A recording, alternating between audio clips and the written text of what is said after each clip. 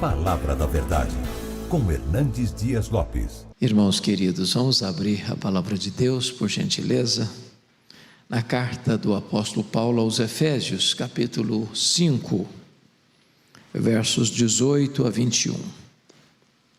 Efésios, capítulo 5, versos 18 a 21.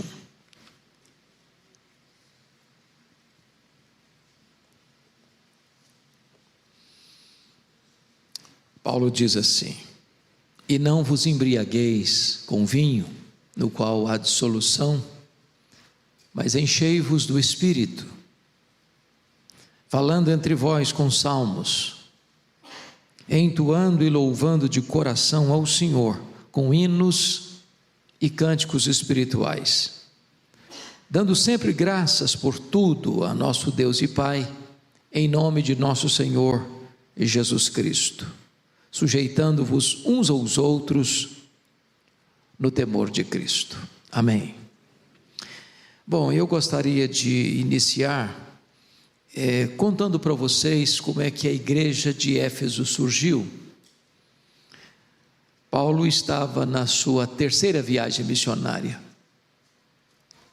Depois de fazer uma viagem na província da Galácia, depois de fazer outra viagem na província da Macedônia e da Acaia, agora Paulo se concentra na Ásia, e se concentra na capital da Ásia, a cidade de Éfeso.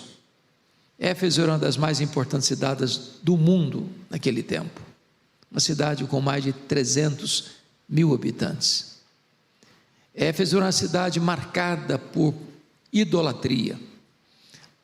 Éfeso hospedava o templo da grande deusa Diana, a deusa dos Efésios. O templo de Diana era uma das 7 maravilhas do mundo antigo. Os nichos do templo, miniaturas do templo, era o principal produto de souvenir vendido aos turistas que chegavam todos os dias naquela cidade. Não bastasse isso, aquela cidade era marcada fortemente pela feitiçaria, pelo ocultismo. E Paulo chega ali, prega o Evangelho, e experimenta, irmãos, o que nós tanto desejamos hoje, um grande reavivamento espiritual. Não há qualquer possibilidade de explicar o que Deus fez em Éfeso, por intermédio do apóstolo Paulo, a não ser um grande avivamento. Para vocês terem uma ideia, em 3 anos que Paulo ali ficou, a idolatria da cidade entrou em colapso, a feitiçaria entrou em bancarrota, as pessoas convertidas largavam a feitiçaria e queimavam seus livros de magia em praça pública. A palavra de Deus prevaleceu naquela cidade, bendito seja Deus. E igrejas foram plantadas por toda a província, como Esmirna, Pérgamo, Tiatira, Sardes, Filadélfia, Laodiceia, Colossos e Herápolis.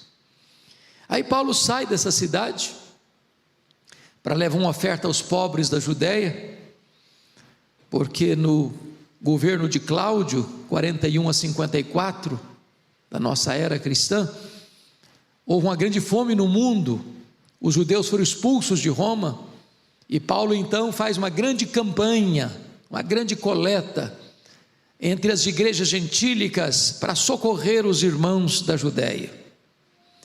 E agora Paulo, depois de recolher todas essas ofertas, está levando esta oferta para a igreja da Judéia.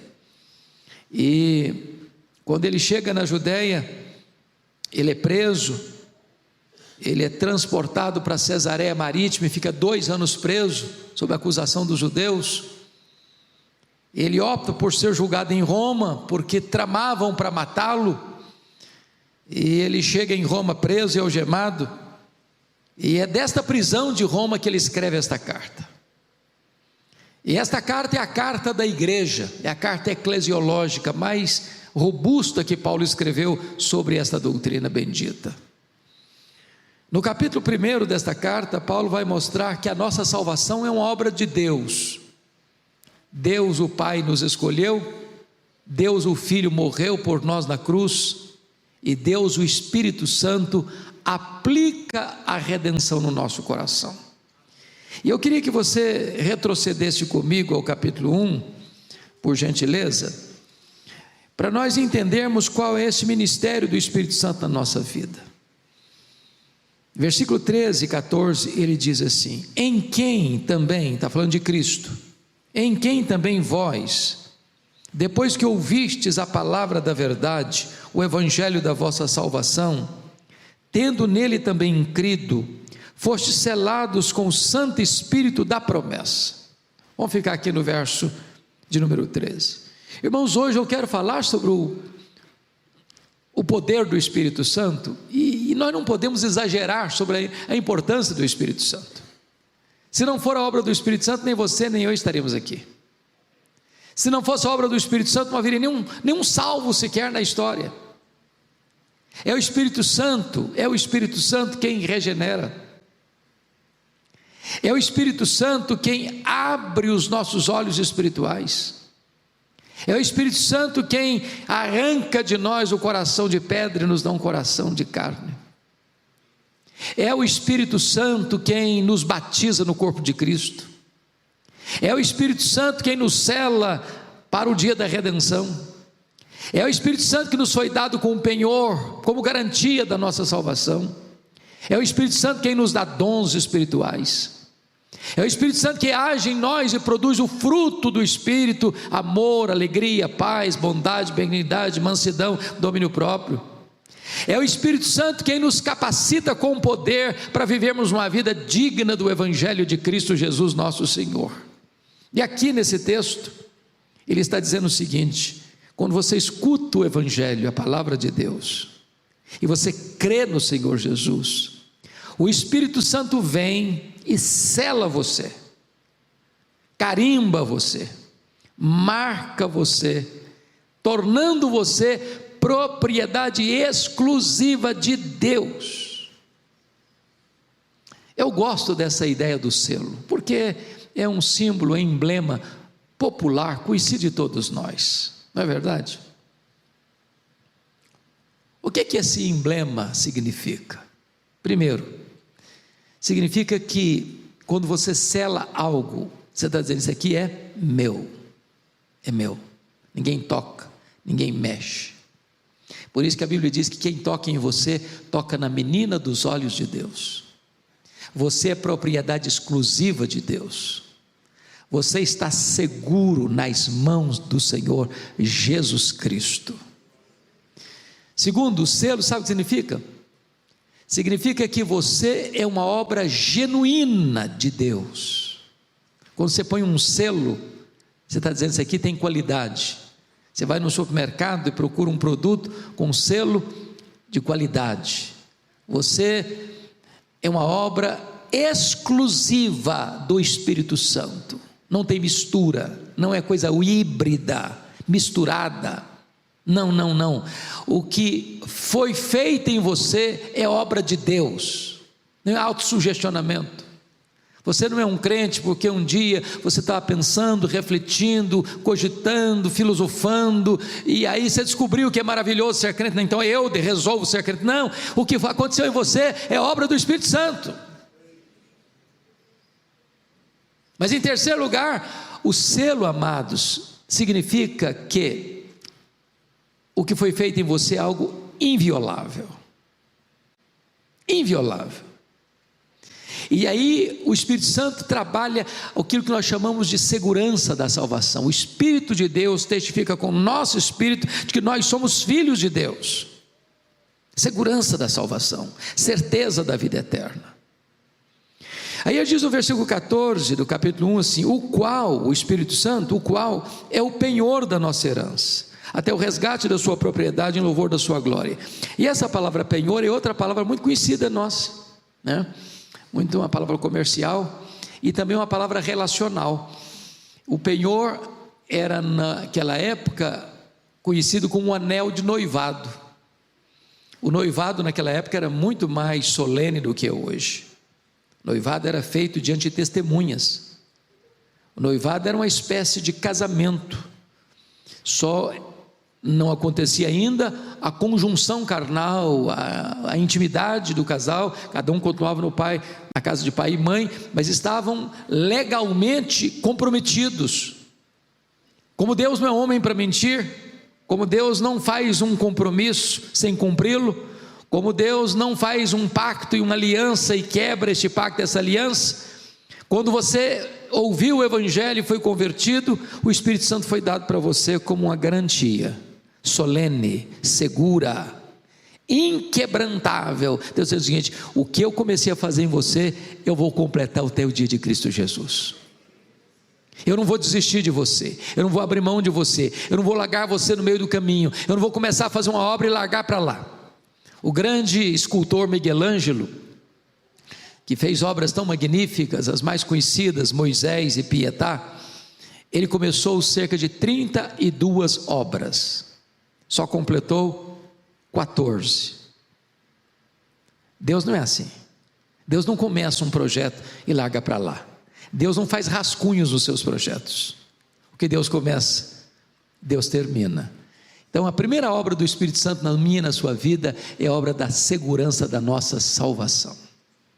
Agora olha comigo por favor, capítulo 3, por gentileza, versículo 16 e 17, capítulo 3, 16 e 17, para que segundo a riqueza da sua glória, vos conceda que sejais fortalecidos com poder, mediante o seu Espírito no homem interior, e assim habite Cristo no vosso coração pela fé.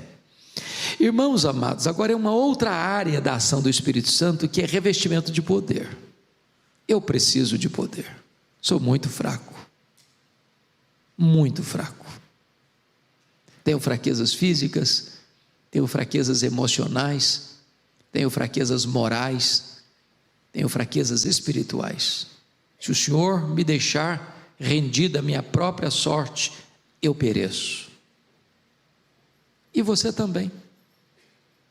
A Bíblia diz que Deus conhece a nossa estrutura e sabe que somos pó. Mas eu quero dizer a você que o Espírito Santo nos é dado para nos revestir de poder. Aliás, o Senhor Jesus Cristo, antes de ir para o céu, disse para os seus discípulos: permanecei na cidade, até que do alto sejais revestidos de poder. Antes de enviar a igreja ao mundo, Jesus enviou o Espírito Santo à igreja, e esta ordem nunca pode ser alterada. Então o Espírito Santo nos foi dado, irmãos, para nos dar poder. Poder para viver, poder para morrer, poder para perdoar, poder para pregar, poder para abrir os olhos e ver o mundo como campo que precisa ser alcançado. Agora notem, por favor, o que está escrito. Esse poder é para nos fortalecer, para que sejais fortalecidos com poder. Fortalecidos. Agora, como assim? Ele responde: mediante o seu Espírito. Onde? No homem interior. Então note que esse poder não é uma coisa assim espetaculosa, sensacionalista. Não, esse poder é aqui dentro de você, é no seu interior, que transborda nas suas palavras, nas suas ações, nas suas reações, na sua dinâmica de vida, lá dentro da sua casa, lá no seu trabalho, lá na sua convivência, lá nos seus relacionamentos. Mas chama atenção, porque aqui tem uma expressão que precisa ser compreendida. Como é que eu posso saber que uma pessoa está cheia do Espírito Santo? Qual é a evidência disso? Esse texto responde assim: e assim habite Cristo no vosso coração, e assim, fortalecidos com poder mediante o seu Espírito no homem interior, e assim habite Cristo no vosso coração pela fé. Eu chamo a sua atenção para essa palavra habite, porque você está cheio do Espírito Santo quando Cristo habita no seu coração pela fé. A evidência de uma pessoa cheia do Espírito Santo é se Cristo é o dono, é o Senhor da vida dela, se ela é governada por Cristo. Eu gosto, pastor Arival, de um livro de J. Packer, Na Dinâmica do Espírito, um dos melhores livros que eu já li. Se você não leu, vale a pena ler esse livro, Na Dinâmica do Espírito, de J.I. Packer. E ele diz o seguinte, que o ministério do Espírito Santo é o ministério do holofote. Você anda por São Paulo à noite, de vez em quando você vê algum monumento, algum prédio significativo e uma luz incidindo. Um dia está azul, outro dia está amarela, outro dia está verde, mas você não vê aquela luz está escondida. O holofote está lá escondido, mas aquela luz projeta sobre o monumento, sobre o edifício. O que importa é mostrar o edifício. O ministério do Espírito Santo não é mostrar a si mesmo, o ministério do Espírito Santo é mostrar Jesus. Ele aponta para Jesus, ele glorifica Jesus, ele exalta Jesus. Quando é que você sabe que você está cheio do Espírito Santo? É quando Jesus está plenamente habitando no seu coração pela fé. Agora, a palavra habitar, ela é muito curiosa, porque há duas palavras no grego para habitar. A palavra grega é katoikel e a palavra grega paroikel, são parecidas, katoikel, paroikel. Katoikel é habitar de forma temporária. É um hóspede que chega num hotel para passar uma noite ou 2 dias, uma semana, mas ali não é a sua casa, ali não é a sua residência, ali ele não vai permanecer, ali ele não é o dono, ali ele não pode fazer reformas, ali ele não pode fazer mudanças, ali ele está apenas usufruindo aquele espaço por um tempo, mas ele vai embora, ele não tem compromisso com aquele local. A outra palavra, a palavra paroikel, é habitar permanente. Você é o dono da casa, você mora nessa casa, você vive nessa casa, você é o dono dessa casa, você pode fazer reformas nessa casa, você pode fazer o que Neemias fez com os móveis de Tobias, jogar os móveis de Tobias fora dessa casa, aquilo que não agrada você, você descarta dessa casa, aquilo que é necessário você traz para essa casa. A casa é sua, ela é sua residência permanente. É exatamente a palavra que aparece aqui. Sabe quando você sabe que está cheio do Espírito Santo? É quando você entrega todas as chaves da casa da sua vida, do seu coração, para Jesus e diz assim: o Senhor é o dono, o Senhor pode fazer a mudança que o Senhor quiser, o Senhor manda nessa casa, essa casa que é o meu coração, que é a minha vida. Mas agora, vá comigo, por gentileza, para o capítulo 4, verso 30, porque é uma outra fala de Paulo sobre o Espírito Santo. Ele diz assim: e não entristeçais o Espírito Santo de Deus, no qual fostes selados para o dia da redenção. E o contexto aqui, meus irmãos, de não entristecer o Espírito Santo, começa lá no 25, é deixar a mentira, é falar a verdade, é tomar conta do coração para que você não se ire descontroladamente, que você não dê lugar ao diabo, você não furtar, você trabalhar, não sair da sua boca a palavra torpe, mas só que for digna e pronta para edificação, é você alargar a amargura, a cólera, a gritaria, a blasfêmia, a malícia, essas coisas todas que estão ao redor do versículo 30, entristece o Espírito Santo. Por que que o Espírito Santo habita em você?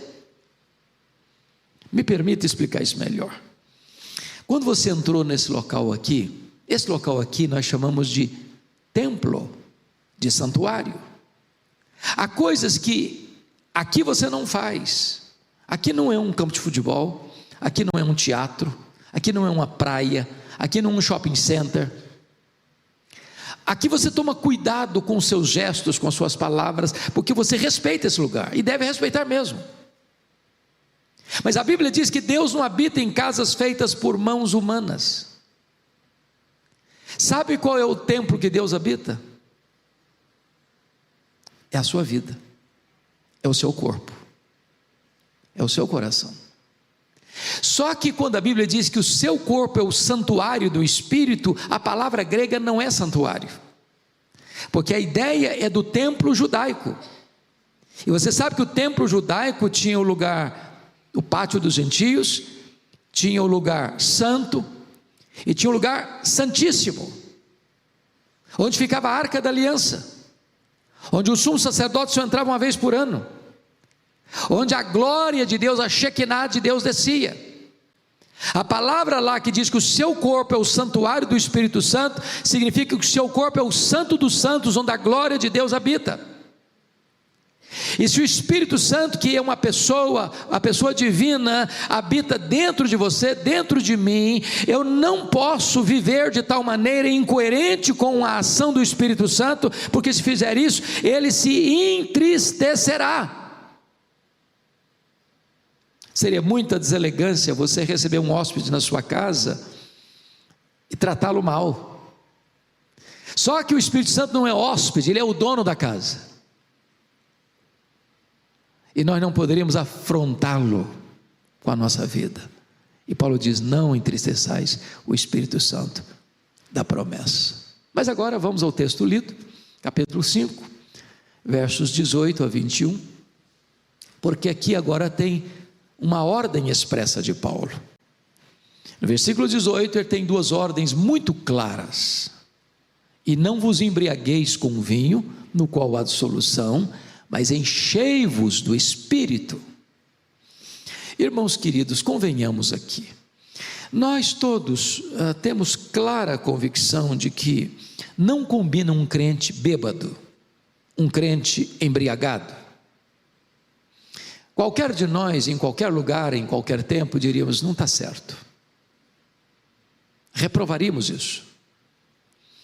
Porém, nós não temos o mesmo senso de equilíbrio para dizer que a desobediência a outra ordem não tem, parece para nós, a mesma percepção. Quem de nós diz o seguinte: está errado um crente não ser cheio do Espírito Santo? Porque se é pecado estar bêbado, embriagado, é pecado não estar cheio do Espírito Santo.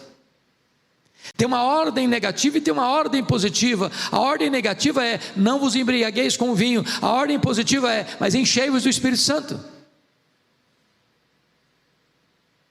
Talvez você diga: pastor, eu sou um crente maravilhoso, eu nunca me embebedei, eu nunca me embriaguei. A pergunta é: e você está cheio do Espírito Santo?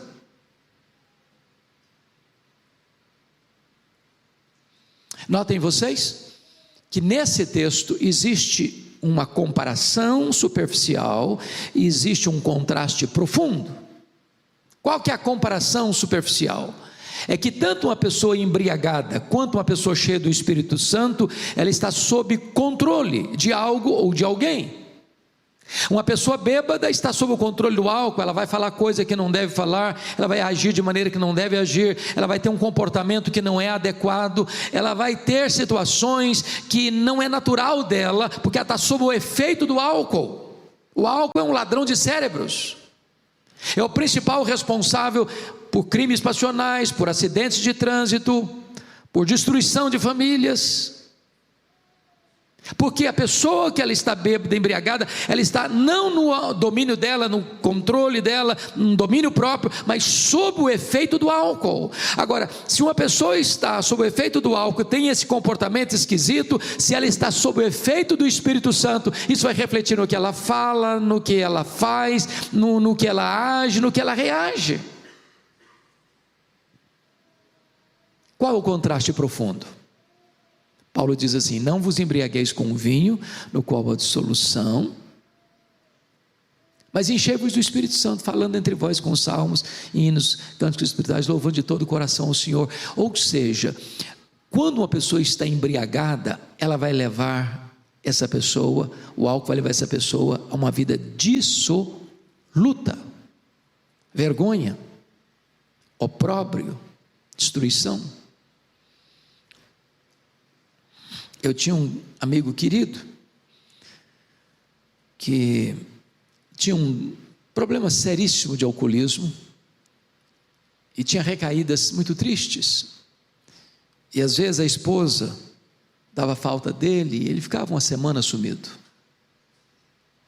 Ela ia procurá-lo e às vezes achava nos lugares mais escondidos da cidade, dentro de um boteco mais sujo da rua, caído, bêbado, e tinha que carregá-lo para casa, sujo, cheio de vômito, para dar um banho, para se recuperar. Produz dissolução, tristeza, dor, vergonha. Paulo diz: não vos embriagueis com vinho. Mas eu não estou falando dos botecos da vida.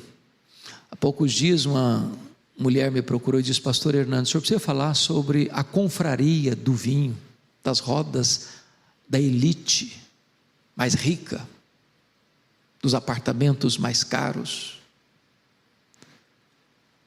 daqueles que têm muito dinheiro e gastam 10 mil reais numa garrafa de vinho, e se alienam do casamento, e se afastam dos filhos, e jogam a família num pântano de solidão e desespero, casamentos acabando, filhos deixados de lado.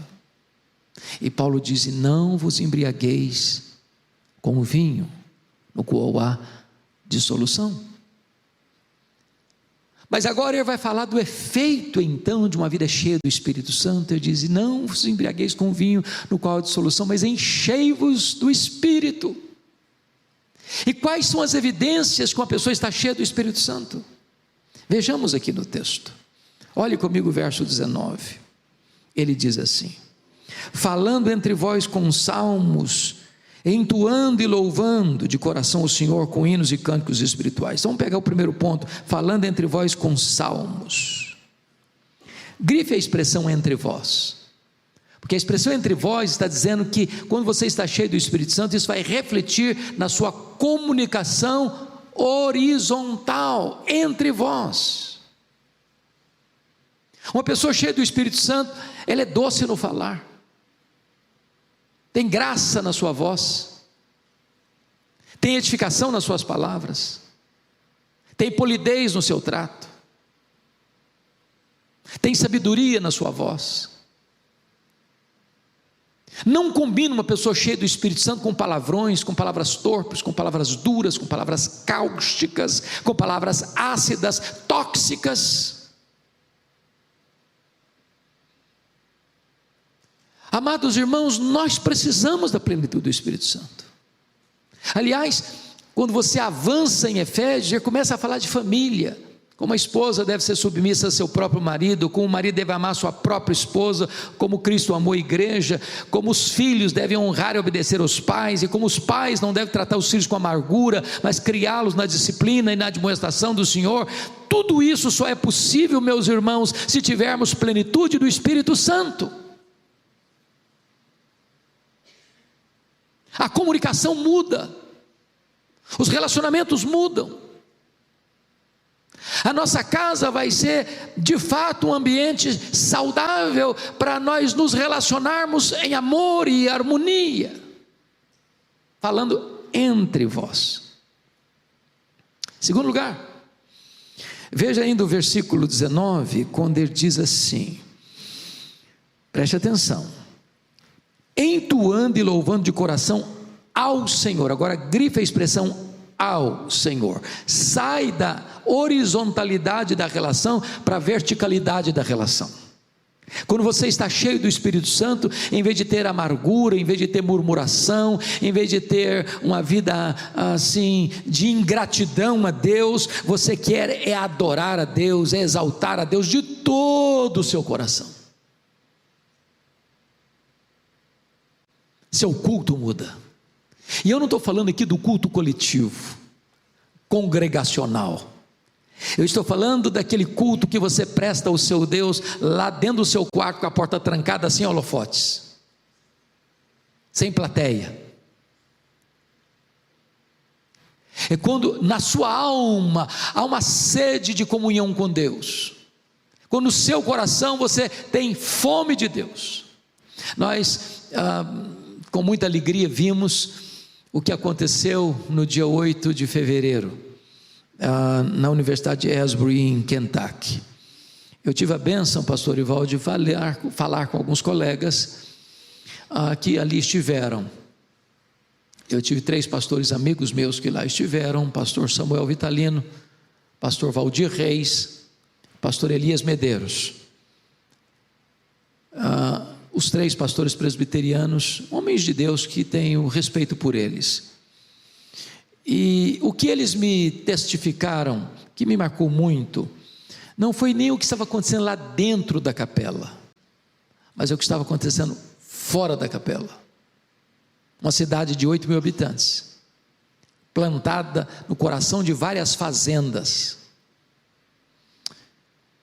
e caravanas da América toda indo para lá, gente de outros países indo para lá, temperatura abaixo de 0 grau, às vezes 4 graus negativos, filas quilométricas, demorando-se às vezes de 3 a 7 horas na fila para entrar na capela, ninguém murmurando, ninguém reclamando, um senso da presença de Deus, uma alegria indizível e cheia de glória tomando conta das pessoas.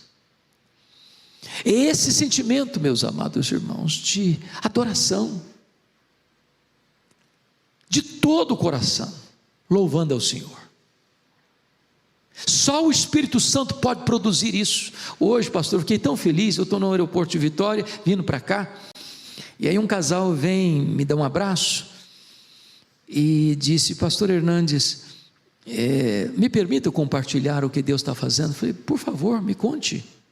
Ele diz: domingo agora, aliás, na semana do carnaval, sexta-feira, a igreja não fez retiro, reuniu-se no templo, e na sexta-feira à noite eles começaram a reunião de oração, e a reunião não terminou até hoje. Ele foi para casa, ele tocava um instrumento, tocava violão na hora do louvor, e quando eu chego em casa, já tarde da noite, ele ficou sabendo que a reunião continuava na igreja, e ele tomou um banho e voltou para a igreja. Ele falou: eu estou pesaroso porque eu tinha uma viagem, estou saindo de viagem para minha esposa, para fora do Brasil, e eu gostaria de estar lá, porque a reunião está lá até hoje. As pessoas não querem sair da presença de Deus, de coração louvando ao Senhor. Irmãos, quando o Espírito Santo vem, o culto é uma delícia, cantar ao Senhor é um deleite para a alma, o céu desce à terra, a alegria de Deus invade o coração, o culto não fica aquela coisa que você fica doido para terminar, porque você não aguenta mais, é uma coisa programada, rigorosamente programada, não pode passar um minuto que as pessoas se estressam. Oh, amados irmãos, nós precisamos do poder e da plenitude do Espírito Santo, para que Deus seja o amado da nossa alma, o prazer do nosso coração, o deleite da nossa vida.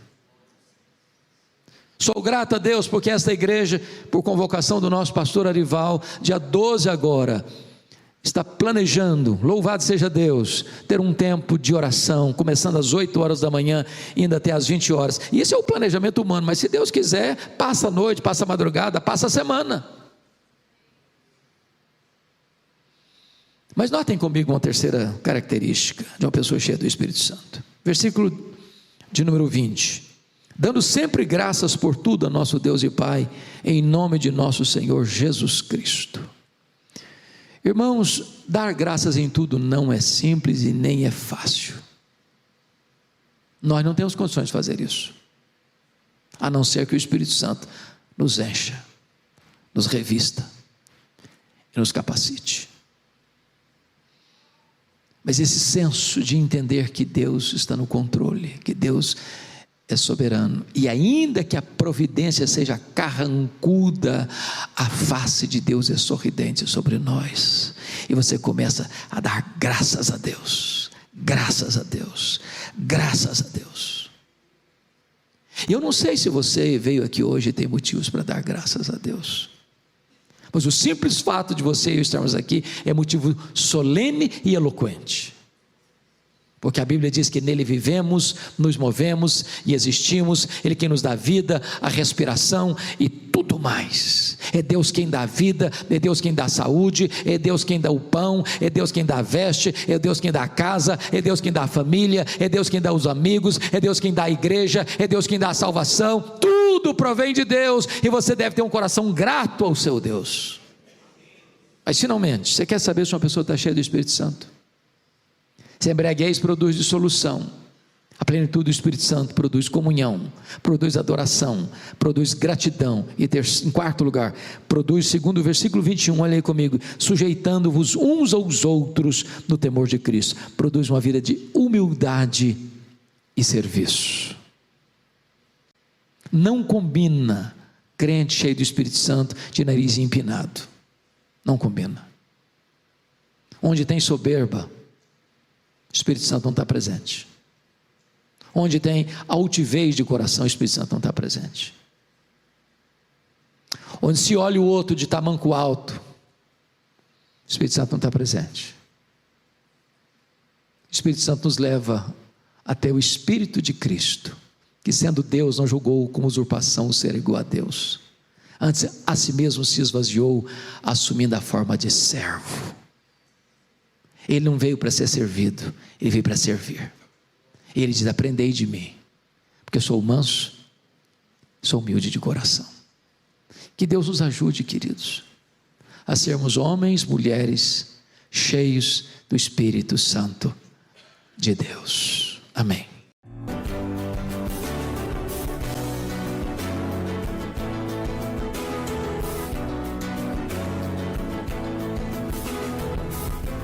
Palavra da Verdade, com Hernandes Dias Lopes.